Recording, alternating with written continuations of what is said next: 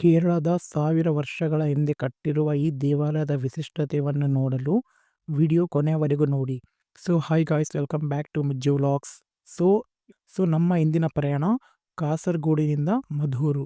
ಕೇರಳದ ಕಾಸರಗೋಡಿನಿಂದ 10 ಕಿಲೋಮೀಟರ್ ದೂರದಲ್ಲಿರುವ ಮದ್ದೂರು ಎಂಬ ಗ್ರಾಮದಲ್ಲಿ ಈ ದೇವಾಲಯ ನಿರ್ಮಾಣವಾಗಿದೆ. ಸೊ ಈ ದೇವಾಲಯದ ಹೆಸರು ಬಂದ್ಬಿಟ್ಟು ಮಧುರ್ ಶ್ರೀ ಮಡನಂಟೇಶ್ವರ ಸಿದ್ಧಿವಿನಾಯಕ ದೇವಾಲಯ. ಸೊ ಇದರ ಹೆಸರ ಹಿಂದೆ ಒಂದು ಅದ್ಭುತವಾದ ಕಥೆಯಿದೆ. ಸೊ ಆ ಕಥೆ ಏನೆಂದರೆ, ಅಲ್ಲಿರುವ ಶಿವನ ದೇವಾಲಯದ ಗೋಡೆಯ ಮೇಲೆ ಒಬ್ಬ ಬಾಲಕ ಹಾಡುತ್ತಾ ಹಾಡುತ್ತಾ ಬೆಲ್ಲದಿಂದ ಒಂದು ಗಣೇಶನ ಚಿತ್ರವನ್ನು ಬಿಡಿಸುತ್ತಾನೆ. ದಿನದಿಂದ ದಿನ ಆ ಗಣೇಶನ ಚಿತ್ರ ಬೆಳೆಯುತ್ತಾ ಒಂದು ಸುಂದರವಾದ ವಿಗ್ರಹದ ಸ್ಥಾನವನ್ನು ಪಡೆಯುತ್ತದೆ. ಸೊ ಅಂದಿನಿಂದ ಈ ದೇವಾಲಯದ ಹೆಸರು ಮಧುರ್ ಶ್ರೀ ಮಡನಂಟೇಶ್ವರ ಸಿದ್ಧಿವಿನಾಯಕ ದೇವಾಲಯ ಎಂದು ಕರೆಯಲಾಯಿತು. ಇಲ್ಲಿ ಶಿವನು ಮತ್ತು ಗಣೇಶನನ್ನು ಇಬ್ಬರನ್ನು ಪೂಜಿಸಲಾಗುತ್ತದೆ.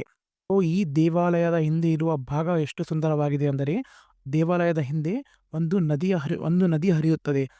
ಸೊ ಆ ದೇವಾಲಯದ ಹಿಂದೆ ಹರಿಯುವ ನದಿಯನ್ನು ಮಧುವಾಹಿನಿ ನದಿಯನ್ನು ಕರೆಯಲಾಗುತ್ತದೆ. ಸೊ ಮಧುವಾಹಿನಿ ಅಂದರೆ ಮಧುವನ್ನು ತರುವ ನದಿ. ಈ ನದಿಯ ವಿಶಿಷ್ಟತೆ ಏನೆಂದರೆ, ಇಲ್ಲಿ ಇರುವ ನೀರು ನಿಮ್ಮ ಮನಸ್ಸಿಗೆ ಶಾಂತಿಯನ್ನು ಕೊಡುತ್ತದೆ.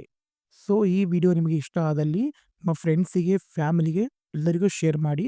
ಈ ಗುಡಿಯ ವಿಶಿಷ್ಟತೆಯನ್ನು ಎಲ್ಲರಿಗೂ ತಿಳಿಸಿ.